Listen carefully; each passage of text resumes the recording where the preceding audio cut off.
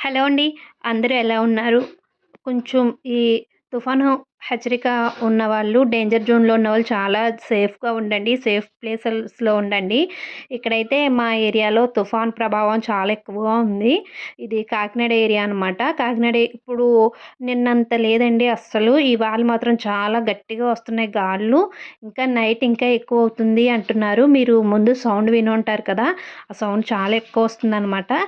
కొన్ని చెట్లయితే పడిపోతున్నాయండి. ఇక్కడైతే మా సరౌండింగ్స్‌లో కొబ్బరి చెట్లు ఏం పడలేదు గానీ, బొబ్బాస్ చెట్లు అటువంటివి ఉంటాయి కదా! అవైతే పడిపోయాయి. ఇక్కడ చూడండి ఇక్కడ పడిపోయింది బొబ్బాస్కాయ చెట్టనమాట. అది అసలు వెయిట్ ఉండదు. బలంగా ఉండదు కదా! అది పడిపోయింది. ఫుల్ కాయలున్నాయి దానికైతే.